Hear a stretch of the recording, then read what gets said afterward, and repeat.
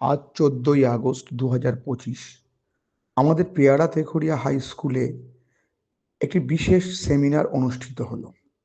Ghojadanga BSF এর 102 নম্বর ব্যাটালিয়নের তরফ থেকে এবং কলকাতার মেরি ডে নামক একটি স্বেচ্ছাসেবী সংস্থার তত্ত্বাবধানে চাইল্ড অ্যাওয়ারনেস ক্যাম্প, যে অ্যাওয়ারনেস ক্যাম্পের মূল উদ্দেশ্য ছিল চাইল্ড ট্রাফিকিং, অর্থাৎ শিশুদের যে পাচার, শিশুদের পাচার রোধ করা, বাল্য বিবাহ বা চাইল্ড ম্যারেজকে প্রতিহত করা।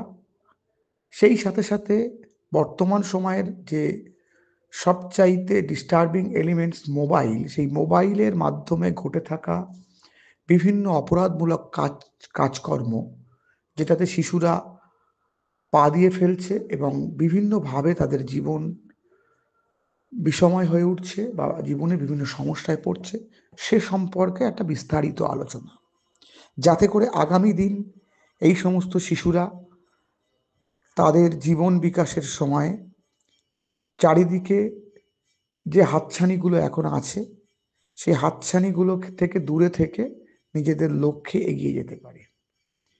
এবং এ ব্যাপারে আলোচনার জন্য আমাদের দিলীপ সোয়ান বাবু, বিএসএফ এর কমান্ড্যান্ট, যিনি এই ব্যাপারটাতে দেখছেন। বিএসএফ যে কেবলমাত্র দেশ রক্ষা করে তা নয়, তারা বর্ডারে পাহারা দেয় তা নয়, তাদেরও যে একটা সামাজিক ভূমিকা আছে সে ব্যাপারটা দারুণভাবে ব্যাখ্যা করেন। মেরি ডে নামক স্বেচ্ছাসেবী সংস্থার পক্ষে একজন ম্যাডাম বিস্তারিত আলোচনা করেন। এছাড়া বিদ্যালয়ের প্রধান শিক্ষক হিসেবে আমিও সেখানে বিভিন্ন কথোপকথনের মধ্য দিয়ে তাদেরকে বোঝানোর চেষ্টা করি এবং তাদের মধ্যে একটা সচেতনতা গড়ে তুলি, যেখানে আমাদের 7 to 12 ছেলে ও মেয়েরা উপস্থিত ছিল।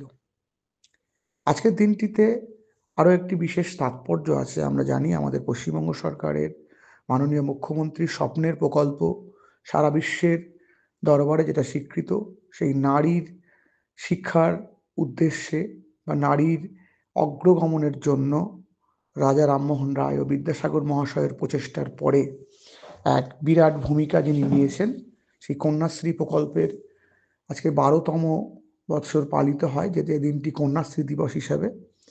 সেখানেও মেয়েদেরকে বিভিন্ন বিষয়ে সচেতন করে তোলা হয় এবং আগামী দিনে এই কন্যাশ্রী প্রকল্প তাদের জীবন গড়ার সহায়ক হোক, এই জন্য বিভিন্ন বক্তব্য সেখানে রাখা হয়।